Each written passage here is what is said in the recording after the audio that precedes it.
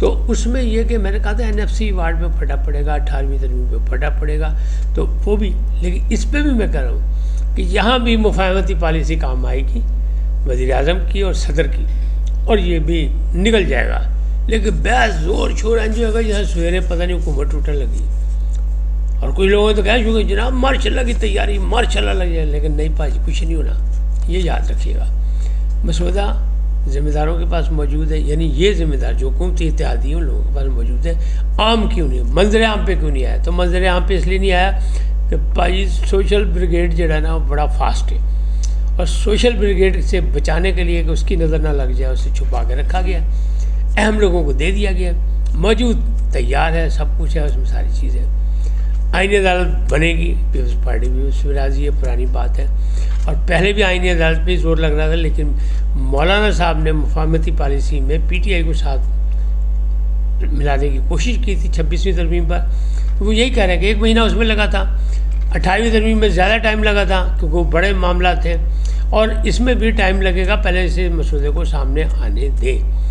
تو انہیں کہا اس کو لائے تو آئینی بینچ پہ تیار ہوئی تھی PTI، لیکن اس نے ووٹ نہیں دیا تھا، لیکن ان کے کہنے پہ یہ آئینی بینچ بنا تھا، اس وقت بھی آئینی عدالت بننے جا رہی تھی۔ تو بھائی ہن بنن جا رہی ہے، بلکہ بنے گی، اور امین الدین خان کو ہی کہا جا رہا ہے جو آئینی بینچ کے سربراہ، یہی کہا جا رہا ہے کہ وہی اس کے سربراہ ہوں گے، ہوتے ہیں نہیں ہوتے یہ بات کی بات ہے، لیکن فی الحال یہ آئینی عدالت کہاں بنے گی، کس بلڈنگ میں بنے گی، یہ زبردستی کا بھائی انتظامی معاملہ، اس پہ بحث کرنے کی کیا ضرورت ہے کسی کو؟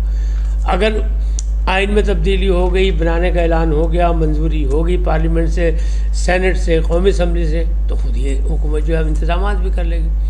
تو آج ایک اہم شخصیت نے وفاقی شرعی عدالت کی بلڈنگ کا دورہ کیا، اندازہ یہ لگایا جا رہا ہے اسلام آباد کے حلقوں میں کہ یہ اسی بلڈنگ میں بنے گی، اور معاملات جو ہے وہ کیسے ہیں؟ منیب اختر صاحب، جسٹس منیب اختر صاحب، ایک سروسز کے حوالے سے ایک کیس تھا، فیصل صدیقی اس میں پیش ہوئے، انہوں نے کہا جناب یہ کیس لمبا چلے گا یا چھوٹا؟ انہوں نے کہا یہ لمبا چلے گا، انہوں نے کہا پھر دیکھیں گے، اگر ہمارے پاس یہ کیس آیا دوبارہ ہم ہوئے تو پھر دیکھیں گے۔ اس کا مطلب یہ ہے کہ وہ بھی کچھ نا امید لگ رہے ہیں کہ وہ جو 5 ججز تھے خط لکھنے والے، ان کے بارے میں بھی لگ رہا ہے کہ 27ویں ترمیم جو ہے وہ کوئی تلوار ہے ان کے لیے، تو انہوں نے کوئی اشارہ کیا۔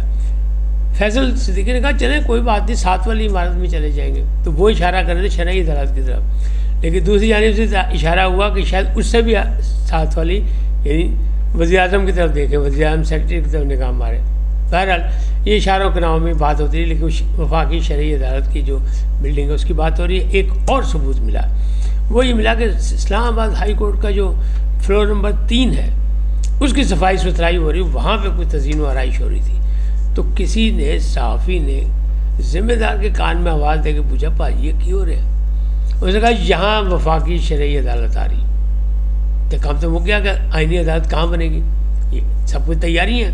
تو ایسے ہی یہ طوفان بازی، یہ جمہوریت کا جو حسن ہے، لڑائی جھگڑا اور بحث و مباحثہ، وہ جاری رہے گا، لیکن کام سارا ہو جائے گا۔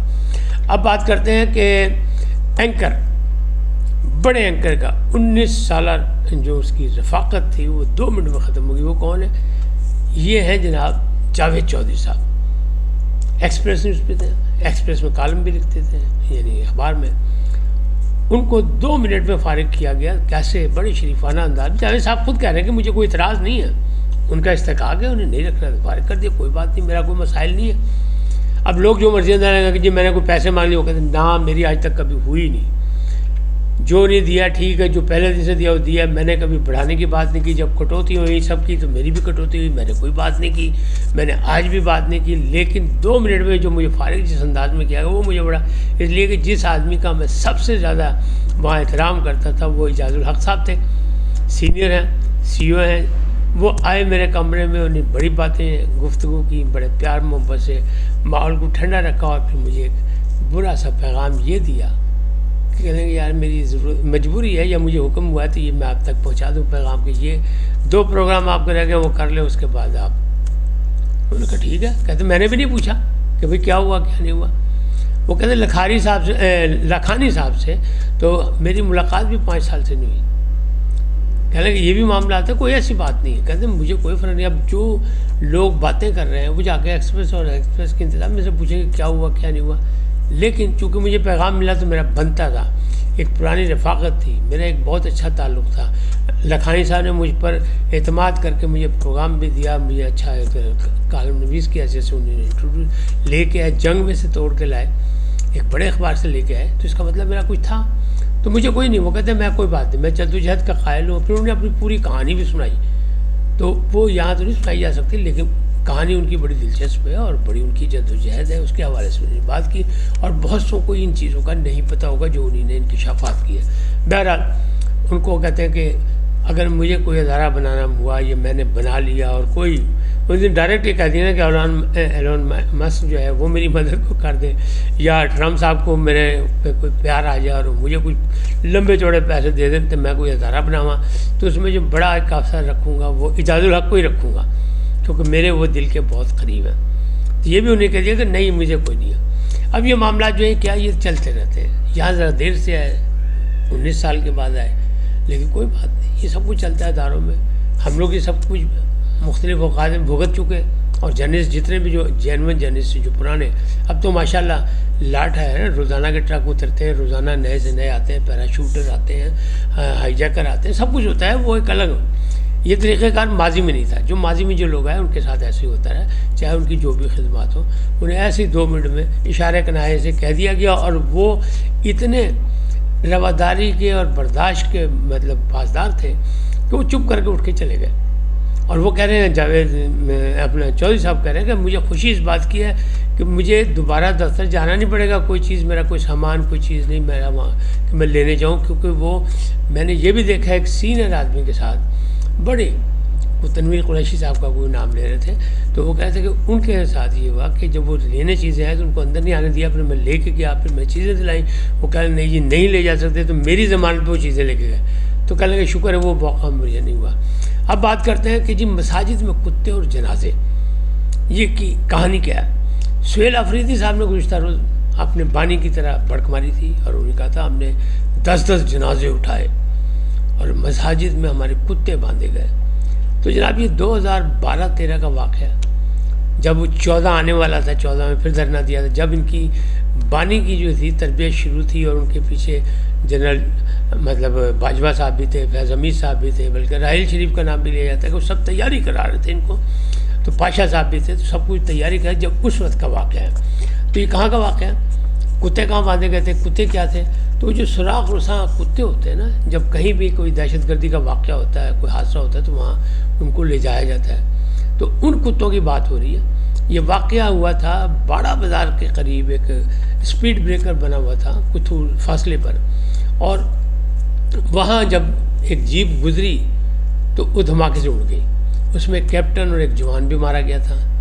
یہ حماد حسن صاحب ہیں، ہمارے ایک سینئر جرنلسٹ ہیں، اور پشاور کے مختلف جرنلسٹوں سے جب میں نے رابطہ کیا تو انہیں اس بات کو کنفرم کیا کہ ہاں بات یہ ہے، یہ 2012-13 کی.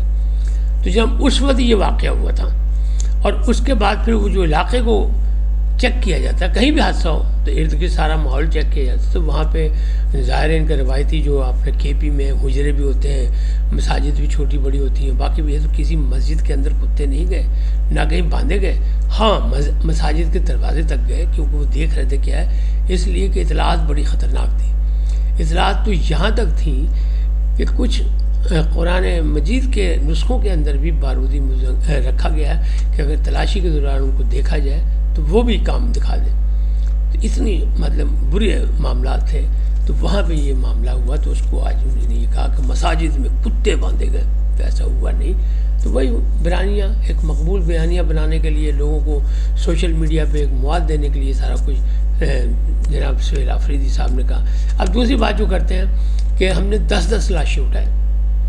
یہ واقعہ ہے خیبر ایجنسی کا، اور یہ بھی 2012-13-14 کے اس کے دوران ہی ہے. کوئی وہاں ایک واقعہ ہوا تھا، وہاں پہ بھی حادثہ ہوا تھا، وہاں پہ وہ یہ لوگ مرے تھے. تو انہیں گئی 10 آدمی 10 افراد مرے تھے، کچھ 4-5 زخمی بھی ہوئے تھے، سب کچھ ہوا تھا. تو وہاں بھی ایسے حادثہ تھا. اب دہشت گردی کے خلاف آپ جو ہے آپریشن کے خلاف ہیں. دہشت گردی کے واقعات میں جو کچھ ہوا اس کو آپ یعنی سالوں بعد جو ہے اس کو آپ بیانیہ بنا کے آپ لوگوں میں افراتفری یا لوگوں کا خون گرم کرنا چاہتے ہیں، تو فاؤل ہے. مملکت کے خلاف، قوم کے خلاف اور امن کے خلاف ایسا نہیں. پھر آپ کہتے ہیں کہ جی ایسی کی تیسی ملاقات کیسے نہیں کریں گے, تو ملاقات کیسے ہوگی؟ ہم یہ نہیں کہہ رہے کہ آپ اسٹیبلشمنٹ سے جا کے ملاقات ہاتھ جوڑی کر لیں اور جا کے ان کی ہاں میں ہاں ملائیں, سب کچھ ہے, لیکن نہیں. کہتے ہیں پنپنے کے بھی کچھ ہوتے ہیں کہ جب آپ نے چلنا ہے, آپ چیف ایگزیکٹو ہیں صوبے کے, تو آپ کو بھی اپنے رویوں میں کوئی تبدیلی کرنی, آئین و قانون اور حدود میں رہنا پڑے گا. تو وہ نہیں ہو رہا, اور اسی لیے یہ معاملات جو ہے خراب ہوتے جا رہے ہیں عمران خان صاحب کے, کہ ان کے تمام جو ہے وہ جتنا شور شرابہ بڑا ہے, شو بزی ڈو نتھنگ, نادان دوست, وکلا بھی نادان بالکل, سلمان راجہ ہو چاہے کوئی بھی ہو. گور خان کہہ رہے ہیں اب آ رہے ہیں لاہور ملنے کے لیے ان کو, شاہ محمود کو, اور جو قیدی ہیں لاہور کے سیران. لیکن بھائی کوئی پوچھے نہیں صحیح کہ چیئرمین صاحب اتنے دن کے پہلے کتنے دن, اب یہ فواد چودھری نے شور مچایا تو آپ بھی آ گئے. بہرحال یہ سیاست میں سب کچھ ہوتا ہے. اس وقت تک اتنا ہی, پھر ملیں گے نئے موضوع کے ساتھ. جاتے جاتے آپ سے درخواست, آئیے ان کو سبسکرائب کریں, لائک کریں, گھنٹی کا بٹن دبانا نہ بھولیں, اور اپنی قیمتی رائے کا اظہار ضرور کریں. پاکستان زندہ باد, پاک و فاج پائندہ باد, سدا سلامت رہے, اللہ نگہبان.